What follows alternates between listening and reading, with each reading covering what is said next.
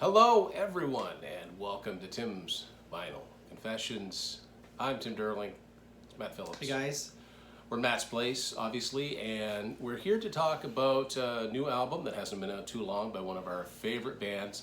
We've done last few albums that have come out. We've done reviews of them, but before we get to that, Matt has got some Unspooled stuff that has arrived, and this stuff I haven't even seen. So, just to give you an update on where we're at with the book, everyone that's pre-ordered the book, what do you got, Matt? Show it to us. Yeah, so we had some swag printed up for our Kickstarter campaign, and Tim hasn't even seen this stuff in person yet, so I can't wait for him to see it. So the first thing I want to show you, Tim, this is the packet of bookmarks that they sent to me. You notice it's actually quite heavy, so if you want to... Bookmarks or magnets? Oh, I'm sorry, these are the magnets. Magnets, yeah. So we'll take one. I don't want to mess up the packaging here, but we'll take some from the midsection. There we go. There you go. Oh, yeah. Don't want to hold this too close to the phone, but yeah, this looks awesome. Yes. So you put that on your fridge? Yeah, just whop, you know. Yeah, that looks really, really cool. That's awesome. That came out just the way that envisioned it. Now these. And then we have some bookmarks, double-sided. I got tickets to see Unspooled, you know what I'm saying? Yeah, let's grab some out of the middle here. There we go. Ah, yes. Cool. Very cool. I'll hold that way up there. So yeah, if you ordered for the extra packages, this is what you can expect. On the back, it's got Matt's company, Go North Design, without whom this book would not exist. So there you go. So yeah, looks really good. Looks really good. They did a real good job printing everything. Got a couple more things to show you. This one's a bit more unwieldy, but I don't know if you can tell by the size of this, you might be able to have an idea what these are. Yeah. I'm just going to hand this to Tim because it's a little bit hard to get out. Yeah. This is one of the 11 by 17 posters. versions of the book done as a poster. Really, really cool. Look at that. Yeah, so everybody that's ordered the swag, now you're getting a look at it, and I'm getting a look at it for the first time. This is also the front cover of the book. Yeah, really, really cool. Really, really cool. And just quickly, when we do get the books and send them to you, we are so prepared. I guess I had to show this off. This is not the world's largest roll of toilet paper. This is a 12 inches by 75-foot roll of bubble wrap to make sure that when your Unspooled swag comes to you, it comes in immaculate condition. So yeah, what else you got, Matt? Okay, one more thing I wanted to show you. Yeah. These out. Cool. So all you vinyl collectors are going to love these. Yeah. Next time you go to your favorite record expo or record store, proudly carry your vinyl around in a Tim's Vinyl Confessions tote bag. Yeah, cool stuff. And so if you've seen our postings, you've seen the proofs of the book, and we can't wait to see it. We can't wait to get it to you. So that's the latest with Unspooled. Hope everybody's just, you know I've had a lot of people message me privately, hey, what's going on with it? It's very much alive and well, and we can't wait. We just can't wait. So anyway, so now, since 2003, a little band called The Darkness has been providing melodic hard rock to the masses, and one of my favorite bands to come out of this century. And we have done reviews of their last, I think the last couple of studio albums at least. Yeah, starting with Pinewood Smile, and then Easter's Canceled from 2 years ago. So The Darkness are back. They've been quite prolific. And in 2021, they present to you and us Motorheart, the new album from The Darkness. Now, unfortunately, neither of us have the vinyl as of yet. The little backlogged on the vinyl. We do have some cool things to show you. So there's the front. There's the front and back cover. They don't necessarily go together. Take my booklet out. Yeah. So same person, name is Luke Insect, is doing all the design for The Darkness. I actually really love this album cover. You were mentioning it's back to more of kind of the illustrated style that they did with Last of Our Kind. So there's the back cover. And then just inside, again, all the lyrics are printed for most of the songs. For all of the quote-unquote official songs, we'll explain that. The disc itself is kind of cool. Color-wise, it reminds me a little bit of the debut album Permission to Land on the disc itself. So Unfortunately, we don't have vinyl to show you. We do have something very cool, as has been their tradition since Pinewood Smile. They've also put the albums out on cassette. So Matt and I both have the cassette. This is just the sticker that came on the CD. I stuck it on here. And there are 9 songs proper on the album. 5 songs on side 1, 4 songs on side 2. One other thing I want to show you before we start talking about the album itself is ordered the CD and the cassette directly from their own website. So with that, we've got an autographed photo of the band, looking very like new wave of British heavy metal here.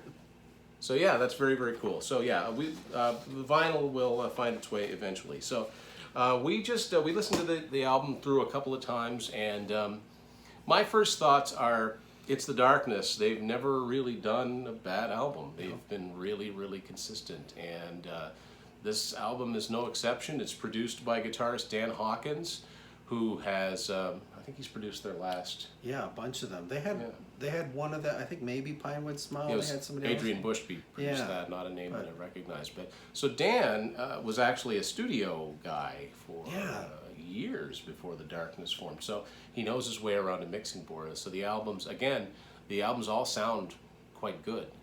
Whether they've had Roy Thomas Baker producing, or whether he's kind of manned the boards himself, and also being the lead guitar player. So. And you mentioned this one was, I think you were looking in the credits, it was mastered at...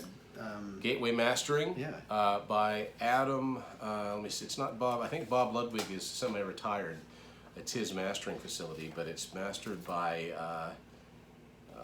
Adam Ayan. And, and we mentioned this, we like to mention Gateway Mastering Portland, Maine. We've been to Portland, Maine.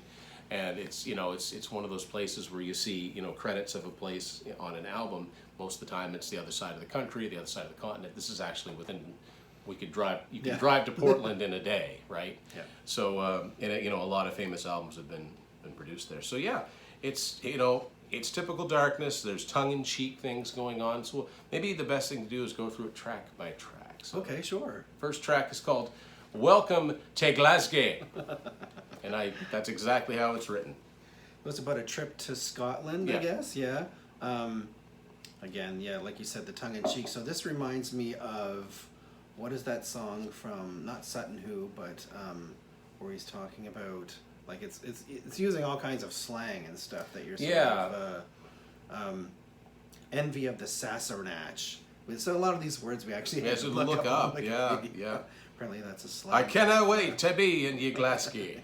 Yeah. He's talking about playing at King Tut's Barrowlands Academy, one of his favorite cities. Yeah. So, yeah. I love that's a really cool opener for the album. And musically it's great. You were saying that you'd read online that a lot of people saying they're heavy again. Yeah, someone was saying, "Oh, this is a throwback to like their first album." I don't really find that so much. They've had some heavier stuff on previous albums. If you listen to Pinewood Smile, they've got Southern Trains and Japanese Prisoner of Love, and there's heavy riffs throughout all of the albums, really. Even, thinking of something like Mighty Wings on Last of Our Kind. And so, and they've never had an album that was heavy all the way through. They've just got fun variety within like a hard rock context. So I don't know where that's coming from. Just on first listen, this one probably reminds me the most of Hotcakes to me, actually. Okay. As far as talking about the heaviness of the record or whatever.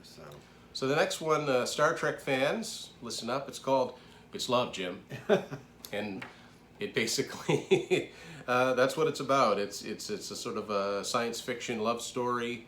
It's love, Jim, but not as we know it. I mean, love, love, love, Captain. Yeah. So there's the fembot, or that they're talking about. Yeah, what did you call a gynoid? Instead of an android, it's a gynoid is the female version. So it's kind of like, Aerosmith just pushed play, and farther back from that, it looks a little bit like the Autograph album Sign In Please, or Y&T's Down for the Count, and although it kind of has a screen for a face, head, but so there you go. Yeah, love the artwork. Third track is the title song, and the only song I'd heard previously to listening to the whole thing, Motorheart. Another fairly heavy one. Yeah. So I understand, people, if their impression is coming from the first opening tracks, but overall it's a Darkness album. It's got the variety you'd expect and that you want from one of their albums. Yeah. lyrically, they're spot on again. It's you know, in this particular one, you need a Phillips screwdriver to get her undressed. And there's a silly video for the song as they do. Next one's really cool. The Power and the Glory of Love. Now you'd think that might be a ballad. It is not. No. The title reminds me of like an '80s song. Oh, yeah. But Karate Kid. Yeah. Jesse's Girl. What did you think about? Jesse's Not Jesse's. Jesse's. I wonder if it's Jussie is a nickname for Justin. Yeah. Justin Hawkins. Yeah. But yeah, it's not a Rick Springfield remake. Yeah. Although lyrically, oh, I wish that you were Jussie's girl. But yeah, maybe. Let's see. Have you got a friend who looks just like you, but maybe isn't as fussy and wants to be with Jussie? Like, and the lyrics. The cool thing about the lyrics, you can listen to the album and just enjoy it for the music. It rocks. But then you read the lyrics, it's like an added bonus. You're like, you know, you go, what did they just say? And you look it up again.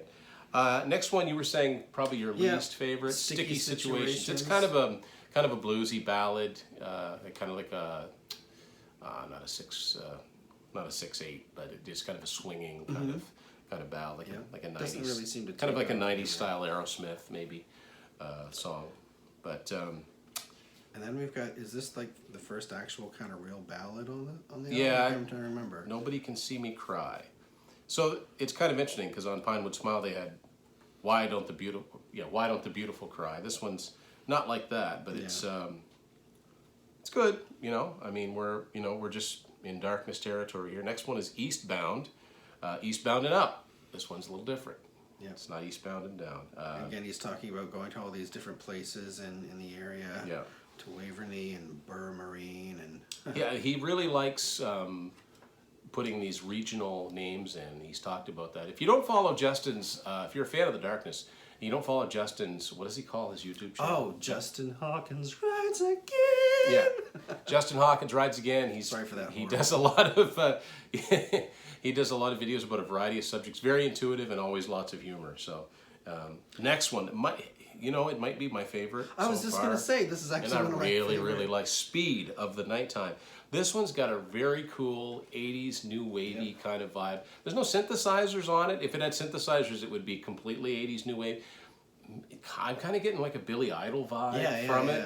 The guitar is very like sort of spare, like single note, kind of like White Wedding or so. Not exactly.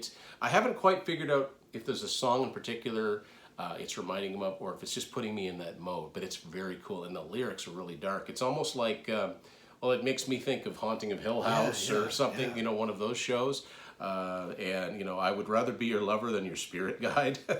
And oddly enough, that's the last song on the album to have lyrics, because from here on in, we are into bonus track territory. They always have an edition of their albums with bonus tracks, and those are always the ones we get, because usually those bonus tracks are equal or only slightly lesser quality than the main album proper. So there's 3 songs on here. Yeah, you don't have to be crazy about me, ... but it helps. And the next one is It's a Love Thang, and in brackets, you wouldn't understand, and then So Long. These ones, they're good. I can see why they're bonus tracks, and they didn't present them as part of the album. They're not my favorite bonus tracks by them. I think maybe Pinewood Smile had some of the best of the bonus tracks. I mean, they had really strong ones that could have made the album. But if you like the Darkness, I can't see you being disappointed in Motorheart. If you don't like them, if you never liked them, if you never got into Justin's voice, this is not going to change anything for you. No. So there you go. I mean, we're both big fans of this band, and as such, we'll tell you what we like, but we'll also tell you what we don't like. And really, there's not much not to like on this. So that's our 2 cents on the new Darkness album. Motorheart, get it now. It's on their Cooking Vinyl label. Yeah. Not their label, but the label they've done their last few albums for since Last of Our Kind. And lineup's intact since it has been for the last few years. Same guys. It's still Rufus Taylor on drums, and just album's well produced. Yeah, I noticed Rufus doesn't take any lead vocals on this No lead vocals on this one, which is a little bit different, but they're coming to North America next year. Oh man, nowhere around here, sadly. Although we do kind of like look at the gaps in some of the dates and think, maybe dream a little bit. Love to see them come to Casino NB or somewhere like that in Moncton. But I'd even drive to Halifax to see these guys. So there you go. That's our that's our review of the new Darkness Motorheart. So, just to wrap this video up, Matt has typed out an email. He is all ready to send it. Do the honors, Matt. Okay, ready? Yeah. So we're sending in an email. This is confirmation to the printer. Please and print. Thank you, Matthew Phillips and Kablamo. The books have now been ordered. Unspooled is that much closer to reality. Thanks everybody for watching Tim's Vinyl Confessions.